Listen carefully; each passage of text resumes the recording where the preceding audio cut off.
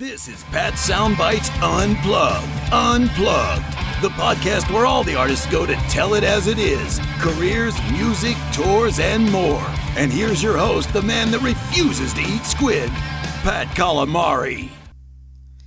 Well, hello everyone and welcome podcasters. Pat Calamari here. Recouping from a wonderful, wonderful show last night at Daryl's House Club in Pawling, New York.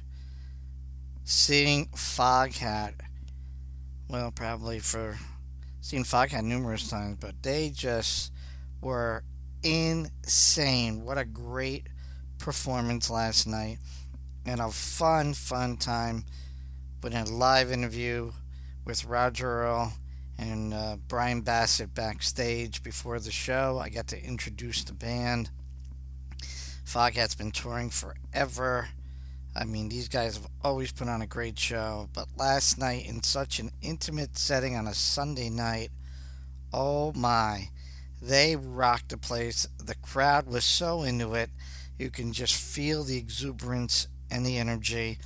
And they actually recorded that show last night and going to come out with a DVD and the Foghat Live from Daryl's house. So I can't wait for that to pop out and get done and be released, and having them come back. I mean, it was just insane, hard to explain. I've never seen a bad show at Daryl's house, but last night for a Sunday night, that was really cool. I got to announce them. They had me announced that the band will meet anybody in the bar after the performance, take a picture, sign autographs. Just a fun group to hang with. I can't thank Roger's wife Linda enough, and Rose, part of the management team, and Roger for his time. I don't think I laughed so much in my life. He had me in stitches, as you will hear in the interview. And Bryan Bassett, the guitarist, and Bryan, just an underrated guitar player, just a tremendous talent. And he's also a producer, and he's also played a major role in Earl and the Agitators in the Shaken and Stirred album. And hopefully they have more of these little projects that pop up. Just love that album. Love what they do. And hopefully I asked Bryan, maybe I can get an interview with Bryan. Bryan does a lot of production and producing work. So just a super guy to talk to. We just laughed so much last night. It was such a good time. So sit back and enjoy and listen to this crazy chat with the incredible Roger Earl. It's Roger Earl of Foghat, and you're listening to Pat's Soundbites Unplugged. Hey, live on the Pat Cam backstage at Daryl's house. You gotta be here tonight. Foghat in the house here. Hi! Hey! Charlie, Bryan, Roger, Earl, Roger. Where's Rodney? I don't know, Rodney's Rodney's bugging around off. here too. Rodney's bugging off. He's Okay. probably having a beer or something. Is he? Yeah, maybe. You guys are constantly on the road. Yeah. What's the secret behind the longevity, Roger? 40-something years. Well, not being 6 foot under and pushing the daisies up. That's the secret. Don't die. Keep going. Right? Keep going, yeah. There you go. That's no the bucket list. No bucket list. No, the secret is, rock and roll keeps you young. So, No, mind you, I wouldn't mind taking a nap now. So. in about 2 more minutes here. Yeah. Who inspired you to get involved with the drums? How did it all start with you in the beginning? Where did this come from? Mom, dad, family? Well, actually, my dad was a piano player, and he that wasn't his day job. He would go out and sort of moonlight as a piano player at the various pubs around southwest London, and there was always music in our house. We always had the radio on or the record player, and Dad would, when we got family get-togethers, there would always be a sing-song. My mother used to sing as well, and my older brother Colin, 4 years older than me, he was in Mungo Jerry. Okay. And he played piano. I thought about playing piano at first, but you got keys and things that you have to find. I can actually play a 12 bar in the key of C rather badly, but other than that, it's just music. Music is like without music, life would be a mistake. Oh boy, you ain't kidding there. Right, it would for me anyway. I'd be out of work. I was a commercial artist for a while, but that was it's horrible. But I had to have a day job to pay for cymbals and drums because they're very expensive. They give them to me now. Wow, look at that. And I'm always very polite. I say thank you very much. There you go. And your products are the very, very best. Now, you were with Savoy Brown, and it was certainly an established, known band in the late 60s, early 70s. And you and Dave decided to get out of there and start this Foghat, which is now 40 plus, going on almost 50 years. Whoa. Do you ever look back and say, hey, I made the right decision? Are we that old? That's scary, isn't it? Well, yeah, of course you made the right decision. It was just time for a change. I think most musicians are like that. You know, there comes a point when it's time for a change. But I'm not changing horses in the middle of this street. This is it. Now, that's not entirely true. We do have a couple of side products that we're all sort of doing. Projects, not a product, a project. Earl and the Agitators, but that's another story. I'm not going to talk. I love that. You've got it. It's a good record. I love that. I talked to Scott Hall. We're going to get to that in a second. Oh, You've been doing this for a while. Do you get nervous before you get on stage? Yeah, I always get eager anticipation, get little tingles as soon as Charlie strums the guitar and Brian does something, and then Rodney comes on stage to join us. Yeah, it works. Everything works. It's good fun, actually. Normally we do this sort of thing for free, but don't tell anybody. Oh, you're killing me. I just had a great talk the other day with Carl Palmer, and I said to Carl, what do you do before the gig, before you get on stage? And one of the things he shared with me, he skips backstage, something to get the cardio going. So besides hitting the pad, I mean, is this your normal routine of getting ready? Or do you pull out the Foghat cellar wine, or no, do you skip, or?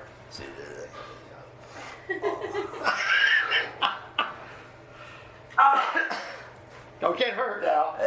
No yoga. Please. A lot of stretching.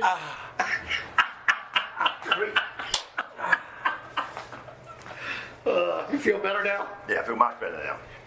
Now, I know at least one drummer who changes the configurations of the drum set each year. Who does? Michael Cardell. Yeah, I can't even say his last name. Michael Cardellone from Leonard Skinner. Michael changes his configuration of his drum set every year just to keep him fresh and focused and, just keep it going. Do you do anything different with your kit, by tour or by show or anything? Well, I have my own kit tonight, my own drum kit, and I do that whenever when we drive anywhere. But when we're playing, we do a lot of flying dates, so I have to use the kits that are supplied by the backline companies. But they're normally terrific. They're all DWs to my specs. I wouldn't want to change the way my drums are set up. That's fucked up. That's fucked up. No fuck would do that. That's like fucking backwards, isn't it? Why make things difficult? I'm just asking. What excites you most about the rock and roll music scene today? Is there anything that you get? We're still playing. That excites me a lot. I'm really glad to be playing still. One of my favorite Foghat covers, besides the Foghat Live, is the Fool for the City album, and the story behind you there on 11th Avenue with the manhole looking like you're fishing, and the cops pull up, and the guy says, "You got a fishing license?" What right. What was it? Well, that was it. It was on early one Sunday morning. Nick Jameson came up with the idea. He was our producer and bass player on the Fool for the City album, and we get in there and we pull up the manhole cover and start taking pictures. And a couple hey, of let's just do this. That's it. A couple of New York's finest come along and say, "Hey," and we go, "Oh shit." So then it's like, you got a license? We go, fuck, we don't have a license to live up manhole covers, do we? So he said, you got a fishing license? They came out and they took some pictures of me carting me away and handcuffed. Yeah, New York cops are the best. They're great.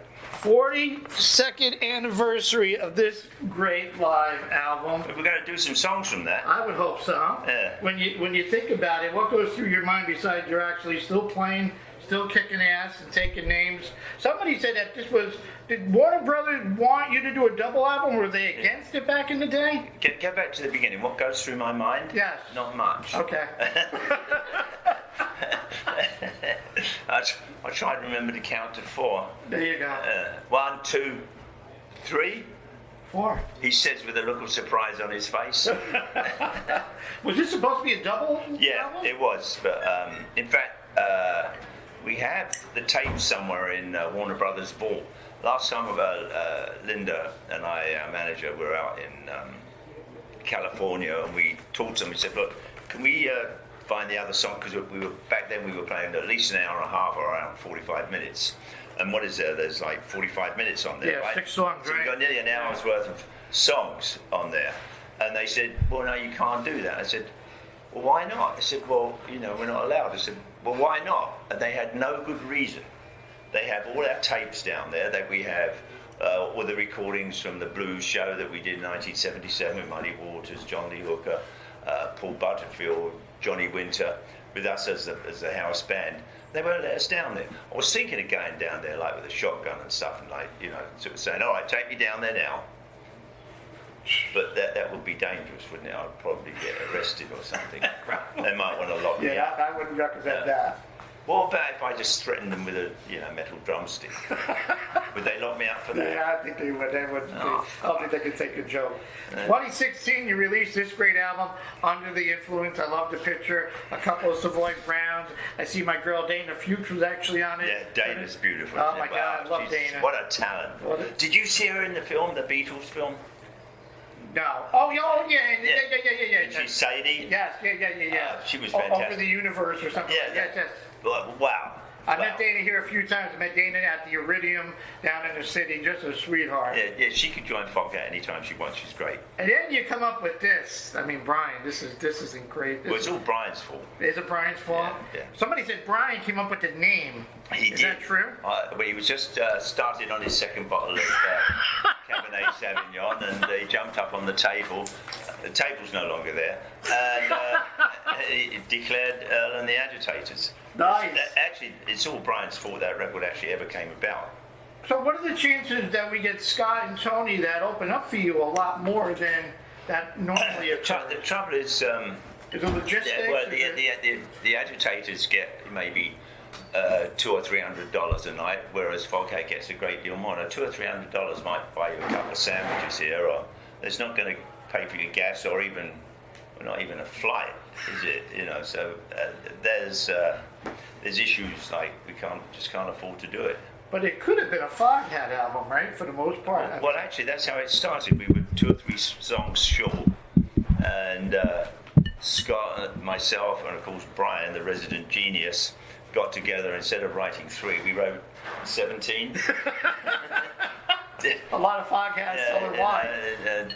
Typical musicians, and then that came about, and yeah. I love Where's the Rock and Roll. I play that all the time. Isn't that a good record, isn't it? Oh my God, it's an excellent That was record. one of those songs that was recorded after we'd had a couple of drinks, about 3 in the morning, wasn't it? Mm-hmm. And we said, "Hi, now let's play one of these." And then we added more in Nashville. Right. Excellent.